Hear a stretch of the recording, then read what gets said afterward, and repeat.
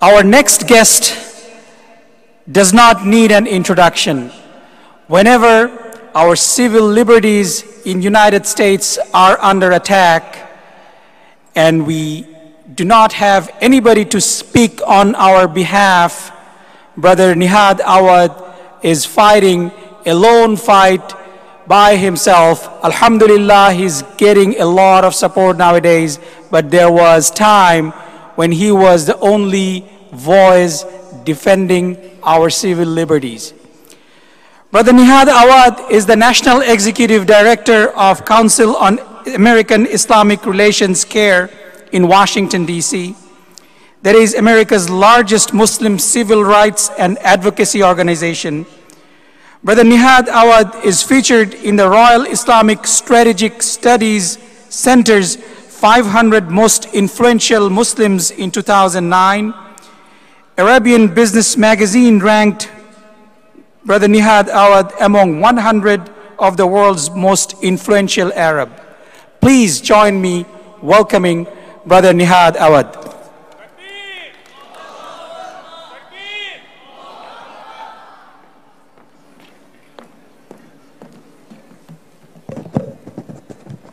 Assalamu alaikum wa rahmatullahi wa barakatuh. Bismillah ar-Rahman ar-Rahim. In the name of God, the compassionate, the merciful. First, I would like to congratulate and salute Muslim Ummah of North America, Muna. I loved very much how Dr. Sayyid Saeed explained the Arabic meaning of the word Muna. But let me also share with you a personal observation about Muna as leadership and members over the years when I worked with them closely. MashaAllah, I noticed that Muna's leadership and members are some of the most dedicated Muslims I have seen in the United States. And this is not because I am before you. Even in private conversations, when we talk about the level of commitment and delivery from membership organizations, Muna, alhamdulillah, always comes on the top of the list. May Allah bless you for who you are, for the dedication that you have. Whether it is a convention or a call for attention or concern, Muna's membership are always the first, and most of the time, they are the most in attendance. One example is the Muslim Advocacy Days that we started at CAIR and now through USCMO, when we bring hundreds of Muslim activists nationwide to come and speak to their national elected representatives in Washington, D.C. So for that, thank you. Continue the good work. Brothers and sisters, we have been living interesting and challenging times, especially in the past few years. This is not new to Muslims. It's not new to Islam. It's not new to any minority in this country. And especially, it's not new to Muslims in America or those who came to America, whether the forced slaves who were brought up against their will to build this country, which we owe them continuously a dua for Allah to reward them successfully for their generations of suffering and sacrifice. Islam started with those people in this country. We, the immigrants, are only the latest wave of Muslims in this country. We stand on giant shoulders, African Americans, one generation after the other, who hold and held dearly to this faith, despite the oppression and repression of the society and the government and the laws of this country. They continue to survive, and inshallah they will thrive with our work, with our help, in our cooperation together as one ummah in this country. We stand on giant shoulders of other minorities who have suffered and who have strived and started to thrive in this country, who have fought for themselves, but by fighting for themselves and standing for their rights, they have stood for many generations to come, including ourselves. Whether you are born and raised in this country, whether you are a revert to Islam in this country, or you are a recent immigrant to this country, we owe a great deal of gratitude for all those minorities who have fought and continue to fight for justice in this country. What's new is it is our turn as the Muslim community today, collectively, regardless of your skin color, your national origin, your background. You are an American Muslim, you are part of the fight, and you have to fight for justice, not only for Muslims, but justice for all. And this is what counts. When we speak about balance in Islam, it is not only balance of our spirituality, not to be extreme, but also to balance our priorities. إِنَّ الَّذِينَ آمَنُوا وَعَمِلُوا الصَّالِحَاتِ. Those who believe and do good act. Our faith is based on action. We are not true believers if we only profess to be Muslims, but we do not behave and act like Muslims who are serving the entire humanity. And that's why one of the speakers early in this session was describing the Prophet ﷺ and Islam as mercy to mankind. And it is our duty as Muslims, even while being at the receiving end of Islamophobia and hate crimes, or at the hands even of white supremacy, we should not buckle down. We should not be afraid. We should not be silenced. We should not resign to the margins. Our spot is always front in the leadership, in the front line, fighting for ourselves and fighting for everyone who is oppressed in this country and around the world. And that's why, brothers and sisters, the challenge is to be balanced. One of them is the following. Many of us Muslims focus our radar on the Muslim world. It is very important to think about the Muslim world, but we will not be able to help the Muslim world unless we help ourselves here, unless we help our broken neighborhoods here, unless we speak for children who are caged because they're immigrant families. Unless we speak for other people, they will never speak for us. And we don't stand up for them, they will not stand for us.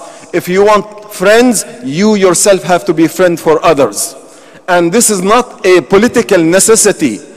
This is the essence of our deen. This is not a political statement. This is the essence of who we are as Muslims. Secondly, second priority, the Muslim world, speaking of the Muslim world, does not need our money. And I appeal to Muslim relief organizations to be merciful to the Muslim community and neighborhoods here. Let's not send the 99% of the money that we raise here overseas. Let's allocate some money to our neighborhoods in this country, to our communities, to strengthen our infrastructure, to increase and strengthen our voice in this country. The Muslim world does not only need money, the Muslim world needs leadership. They need role model. What a better role model, political, social, and otherwise, to be seen and to be felt except here in the United States. The freedom is here and the opportunity is here, and yes, the challenge is here. Finally, remember, as you are challenged, a beautiful ayah in Surah 94, Surah Al-Inshirah or Al-Sharh. ألم نشرح لك صدرك ووضعنا عنك وزرك الذي أنقض ظهرك ورفعنا لك ذكرك فإن مع العسر يسرا إن مع العسر يسرا. This ayah was repeated twice, although the whole surah is 8 ayats. It was repeated twice. Why? Because Allah subhanahu wa ta'ala is asking Muslims, believers, to be balanced, not to be afraid, not only to focus on the negativity and the challenge, but to see in the challenge an opportunity. Inna ma'al usri yusra. Allah did not say inna ba'da al-usri yusra. Allah did not say with difficulty, after difficulty there will be ease. He said with difficulty there is ease. In it, with it. So as we see challenges, we see opportunities. As we feel the pain, we have to feel the relief because we believe in the future, and we are an ummah of action, and our action is built on optimism. And this optimism is built on defining ourselves and not letting hate and bigotry define ourselves, especially in the past 2 years. There's been a lot of stress on the Muslim community. But let me share with you the final note. Despite the unprecedented Islamophobia, despite the fact that the most powerful people in this country profited politically and financially from defaming Islam and smearing Muslims, poking fun at them, making policies to target them, to silence them, and push them to the sidelines, they thought that the Muslim community will run away from politics. What happened is quite the opposite. An unprecedented number of Muslims ran for public office. Every election cycle, about 20 to 30 Muslims run for public office. In the past 2 years, 276 Muslims ran for public office, and half of them won seats in this country. That's the reaction. One of them today we have with us is Sister Movita Johnson Herron, who is an elected representative in the State House here in Pennsylvania. From her personal tragedy,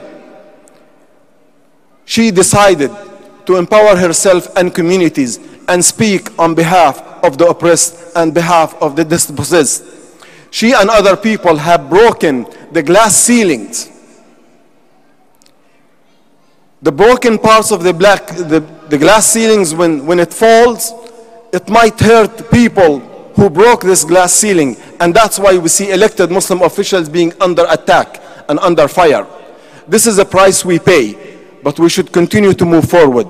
Inshallah, as we are moving forward, I would like you, young Muslims now, I'm speaking to young Muslims as I conclude.